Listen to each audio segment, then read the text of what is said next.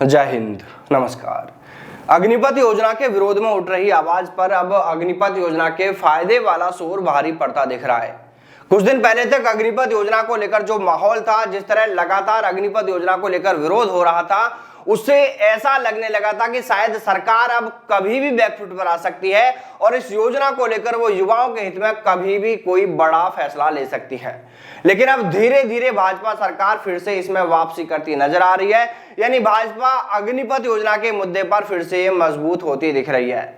देखिए, जिस तरह विपक्ष नेता राहुल गांधी व अन्य नेताओं ने अग्निपथ योजना पर सरकार को जमकर घेरा था, उससे एक बार की जरूर ऐसा लगने लगा था कि शायद अब सरकार के पांव नहीं टिकेंगे और अब सरकार को इस योजना को लेकर कोई तो बड़ा फैसला लेना ही होगा, क्योंकि उस वक्त लगातार सरकार पर दबाव बढ़ता ही जा रहा था। लेकिन अब ठीक इसके उल्टा होता दिख रहा है।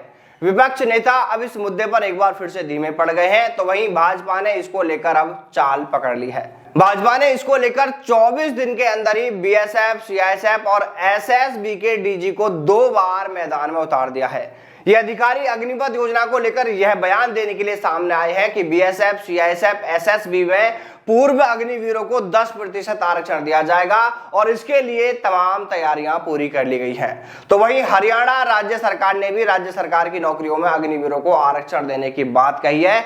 यानी जिस तरह इन दिनों भाजपा की ओर से अग्निपथ योजना को लेकर तरह तरह के इवेंट किए जा रहे हैं, उसके फायदे गिनाए जा रहे हैं, तरह तरह के प्रलोभन युवाओं को दिए जा रहे हैं, तो उससे कहीं ना कहीं ऐसा लग रहा है कि भाजपा ने आगामी विधानसभा चुनावों की तैयारियां अभी से शुरू कर दी है। यानी भाजपा ये बिल्कुल भी नहीं चाहेगी कि जिस तरह लोकसभा चुनाव और उसके बाद विधानसभा उपचुनावों में उसे बहुत बड़ा नुकसान हुआ है, वैसा ही नुकसान उसे आगे भी चुनावों में देखने को मिले। भाजपा ऐसा बिल्कुल नहीं चाहेगी और इसी को देखते हुए उसने अभी से अपनी तैयारियां शुरू कर दी है। उन तैयारियों में मानो जान झोंक दी है। देखिए, अभी तक यह देखने में आ रहा था कि विपक्ष अग्निपथ योजना को लेकर सरकार को जमकर घेर रहा था, लेकिन अब सरकार ने ही अग्निपथ योजना के मुद्दे पर काम करना शुरू कर दिया है। वो इसको लेकर पूरी कोशिश में है कि इस बार विपक्ष इस योजना को मुद्दा ना बना सके, इसलिए पहले से ही ऐसी तैयारियां शुरू कर दी हैं ताकि चुनावों में इस योजना से इस बार भाजपा को ज्यादा नुकसान न उठाना पड़े। और अगर विपक्ष इस मुद्दे पर कमजोर पड़ता है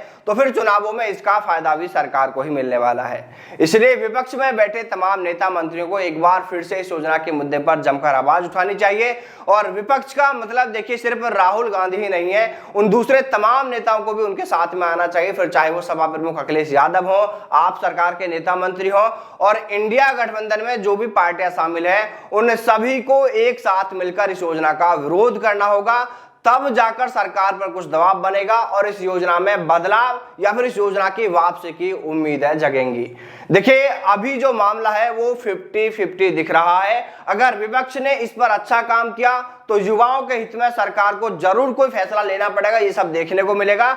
और अगर भाजपा इसमें वापसी करती है तो फिर तो सभी को पता है कि अड़ियल सरकार अपनी जिद नहीं छोड़ने वाली है। देखिए, वैसे हमें सरकार की इस योजना से ज्यादा तकलीफ नहीं है, तकलीफ तो उसके नियमों से है।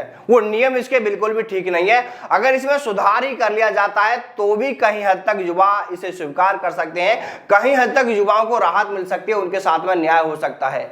इसलिए सरकार से कहना चाहेंगे कि वो तरह तरह के प्रलोभन के रूप में उन चॉकलेट को बांटना बंद करे। ये आरक्षण, वो आरक्षण, इन तमाम चीजों को बंद करके इस योजना में जो खामियां हैं उनमें सुधार ही कर लिया जाए, तब भी युवा इस योजना को स्वीकार कर सकते हैं। और अगर ऐसा नहीं होता है तो फिर युवा इस योजना का विरोध तब तक करेंगे जब तक यह योजना लागू रहेगी। देखिए, सरकार इस मुद्दे पर जिस तरह वापसी करने में लगी है, क्या वो इसमें सफल रहेगी या फिर एक बार फिर से इस योजना का विरोध जोरों पर होगा और इस योजना को लेकर सरकार को एक बड़ा फैसला लेना होगा। आप इसको लेकर क्या सोचते हैं? आपकी राय कमेंट करके बताएं। जय हिंद, जय भारत, वंदे मातरम।